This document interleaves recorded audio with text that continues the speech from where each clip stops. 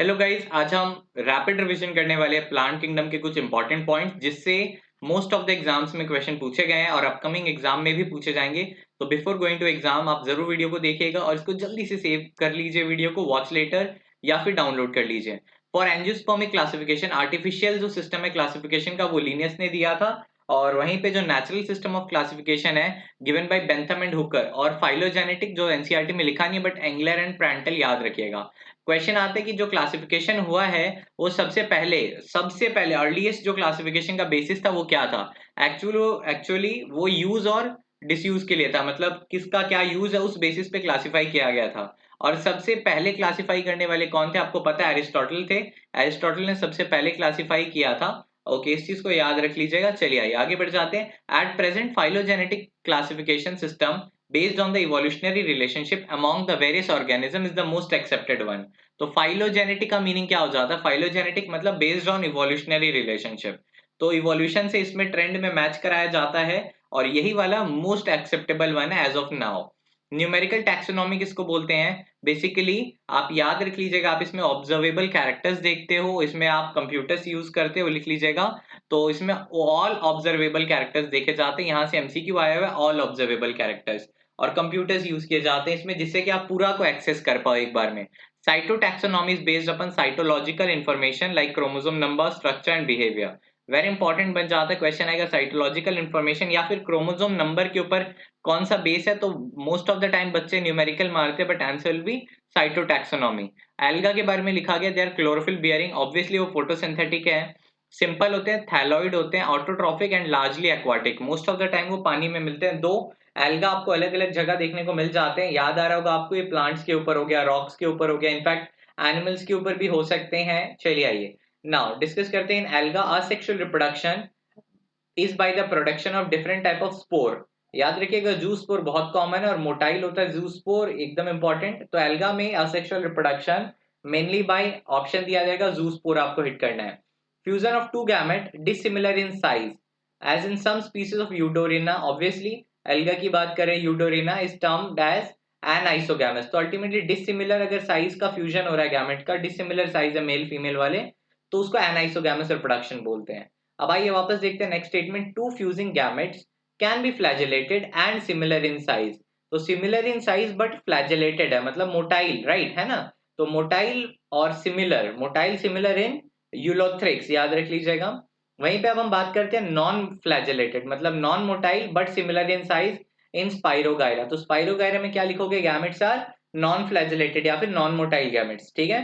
Such type of reproduction is called as isogamous. Isogamous मतलब भाई एक जैसे दिख रहे हैं ना, सिमिलर सिमिलर दिख रहे हैं, इसीलिए यहाँ पे आइसोगैमी आया है।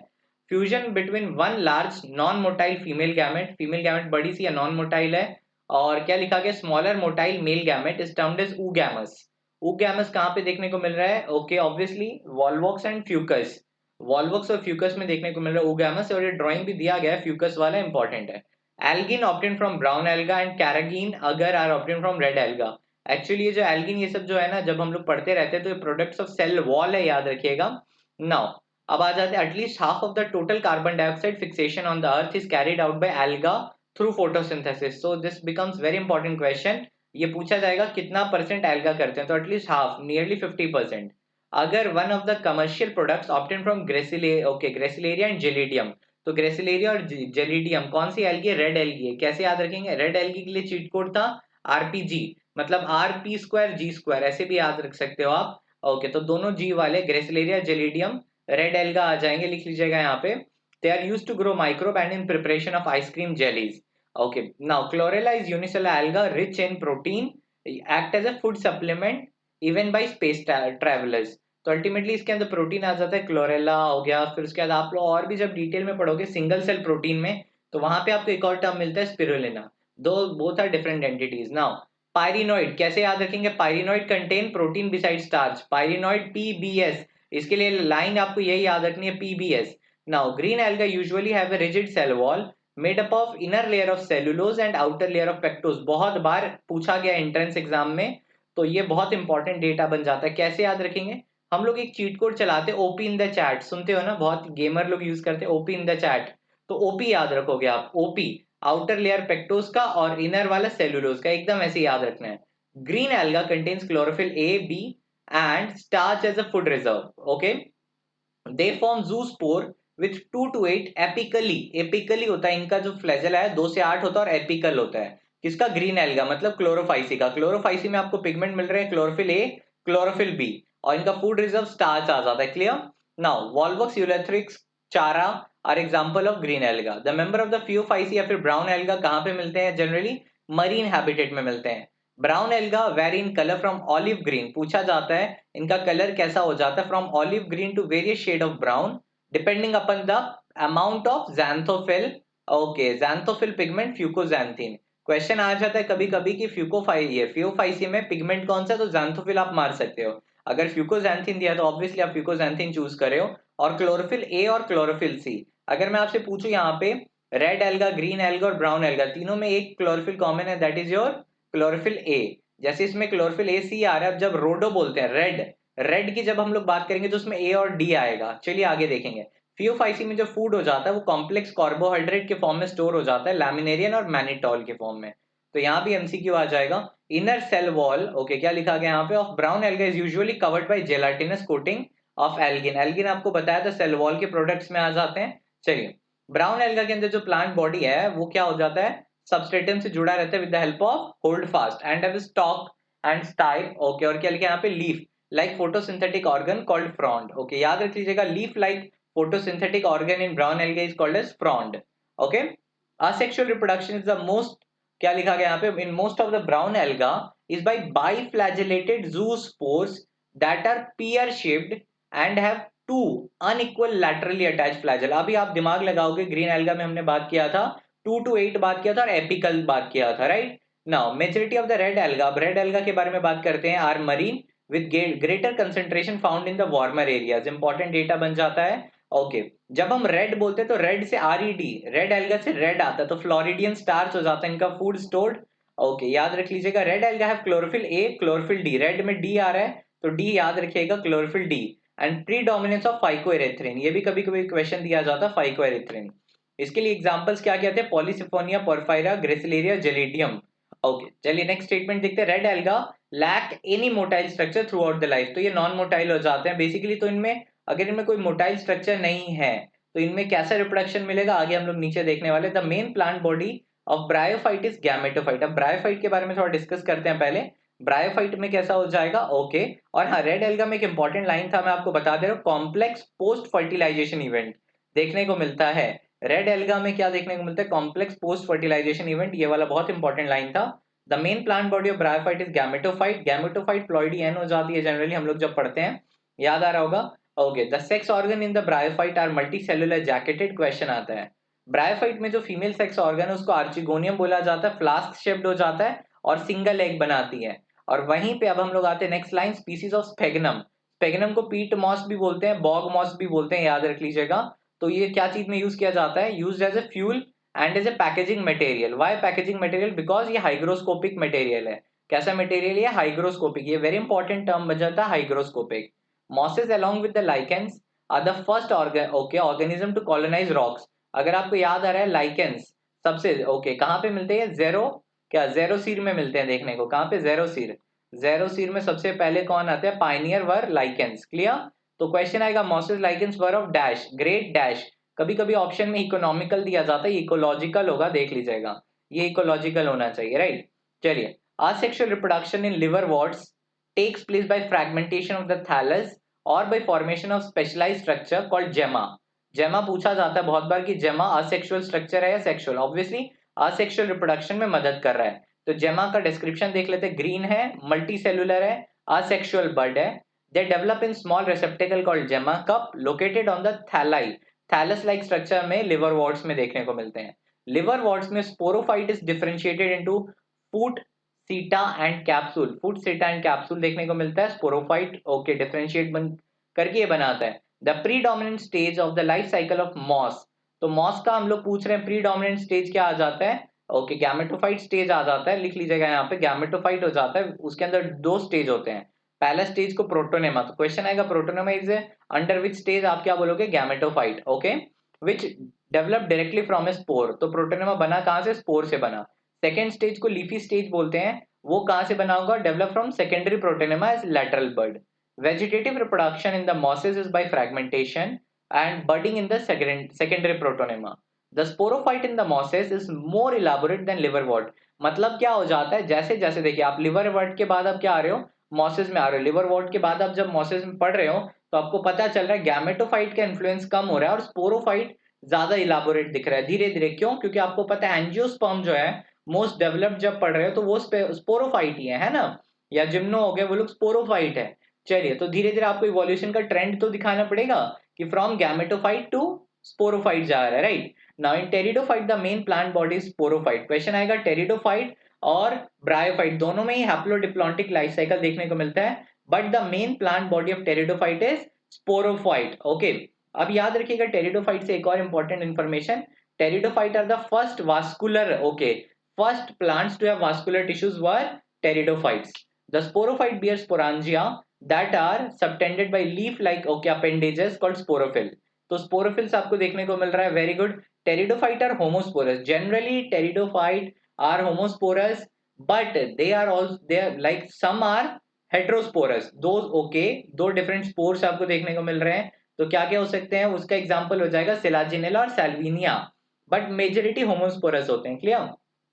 और याद रखिएगा जो हेट्रोस्पोरी है ये जिम्नोस्पर्म और angiosperm all are heterosporous. Fine. Okay, in pteridophyte multicellular free living mostly photosynthetic thalloid gametophyte is called as prothallus. तो क्वेश्चन पूछा जा सकता है कभी कभी कि प्रोथैलस का डिस्क्रिप्शन कैसा है, इसीलिए मैंने दिखा दिया. फ्री लिविंग होता है यहाँ पे भी, ठीक है.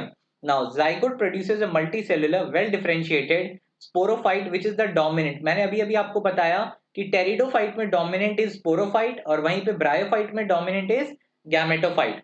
Now the development of the zygote into young embryos takes place within the female gametophyte. तो केयर मिल रहा है. This event is precursor to the seed habit considered as an important step in evolution. कभी कभी option में आपको नहीं देता ये line. The development of zygote into the क्या लिखा गया, young embryo takes place within female gametophyte. ये लाइन अगर नहीं दे तो डेफिनेटली आपको एक ऑप्शन दिया जाएगा हेट्रोस्पोरी. तो heterospory can also be considered as the precursor to the seed habitat. पूछा गया है एग्जाम में सवाल. The pteridophyte are classified into 4 classes: Psilopsida, Lycopsida, Sphenopsida and Pteropsida. Okay, चलिए आइए आगे बढ़ जाते हैं. The gymnosperms are the plant in which ovules are not enclosed by any ovary wall. Obviously naked seeded हो जाते हैं, इनको बोलते हैं नेकेड सीडेड. याद रखिएगा. जायंट रेडुटरी सिकोया बोलते हैं, one of the tallest species हो जाता है जिम्नोस्पर्म, राइट. ओके, जिम्नोस्पर्म में the root of gymnosperm are generally tap root. MC की बात है, ठीक है. साइकस के अंदर कैसे याद रखोगे? सी फॉर सी. साइकस के अंदर कोरालॉइड रूट मिलते हैं और कोरालॉइड रूट में साइनोबैक्टीरिया आ जाते हैं. Blue green alga, right, nitrogen fixing. वहीं पे मैं पाइन के बारे में बता दे रहा हूँ. पाइनस में, पाइनस के जो रूट होते हैं उसमें आपको क्या मिलता है? माइकोराइजा देखने को मिलता है. पाइनस के रूट में माइकोराइजा देखने को मिलता है, और माइकोराइजा मतलब फंगस के साथ एसोसिएशन है ना रूट्स का. वैसे in gymnosperm, two kind of spores are produced within the sporangia found on sporophyll that are arranged spirally. MCQ पूछा जाएगा. Along an axis to form lax or compact strobili or the cones. Right. In gymnosperm जो कोन है, जो female, देखो female हमेशा mega होती है. Female भैया महान है. फीमेल महान है मतलब मेगा हमेशा याद करिएगा फीमेल के लिए लगाएंगे. चाहे आप एंजियोस्पर्म पढ़ोगे उसमें मेगा स्पोरांजियम पढ़ोगे, मेगा स्पोरोजेनेसिस पढ़ोगे, मतलब फीमेल से रिलेटेड है, ठीक है. तो क्या लिखा गया है? Cones bearing megasporophyll with ovules और megasporangia are called as megasporangiate और फीमेल स्ट्रोबिलस. वहीं पे जो तुम्हारे मेल हो जाते हैं उनको male strobili, microsporophyll male strobilus बोलते हैं. The megaspore mother cell is differentiated from one of the cell of the nucellus in gymnosperm. याद रख लीजिएगा, एमईएमसी बोला है, megaspore mother cell. Fine. Now angiosperms are exceptionally large group of plant occurring in the wide range of habitat. अब ये wide range of habitat में एकदम फैल रहे हैं क्योंकि टॉलरेट कर सकते हैं, हर जगह जाके बोल रहे हैं हम सह सकते हैं, तो वाइड रेंज ऑफ हैबिटेट में ये ग्रो कर रहे हैं. Angiosperm the male gamete fuses with the diploid secondary nucleus to produce triploid PEN. PEN बनाता है. Primary endosperm nucleus. याद रखिएगा एंडोस्पर्म की प्लॉइडी इन जिम्नोस्पर्म. जिम्नोस्पर्म का जो एंडोस्पर्म होता है दैट इज प्लॉइडी, उसकी एन हो जाती है, हैप्लॉइड होता है जिम्नोस्पर्म में. बट जब आप एंजियोस्पर्म की बात करते हो तो वो ट्रिप्लॉइड होता है. उसके अंदर ये endosperm is triploid in nature. Clear? The ovule develop into seeds and the ovaries develop into fruits after fertilization. ये एंजियोस्पर्म की बात कर रहे हैं. एक छोटा सा लाइन और बता दे रहा हूं आपके लिए. यहाँ पे जिम्नोस्पर्म्स की जब आप बात कर रहे थे, जिम्नोस्पर्म में जनरली आप लोग पढ़ते हो, क्या पढ़ते हो कि भैया वेसल, ओके याद आ रहा है, वेसल्स एब्सेंट होते थे जिम्नोस्पर्म में, but some of the like की उनमें भी कुछ कुछ है उनके पास रहता है, जैसे नीटम, नीटम के पास वेसल प्रेजेंट होता है जिम्नोस्पर्म में, fine. Now, the diploid sporophyte is the dominant photosynthetic independent phase of the plant. The gametophytic phase is represented by the single to few celled haploid gametophyte. This kind of life cycle is termed as diplontic. Diplontic किसमें देखने को मिलता है? Okay, angiosperm, gymnosperm, right? इनमें क्या देखने को मिलता है? Obviously अभी अभी आपको बताया diplontic life cycle, जिसमें sporophyte is the dominant phase और almost gametophyte तो छोटा छोटा सा few celled haploid gametophyte, ठीक है? Meiosis in the zygote result in the formation of haploid spore in the haplontic life cycle.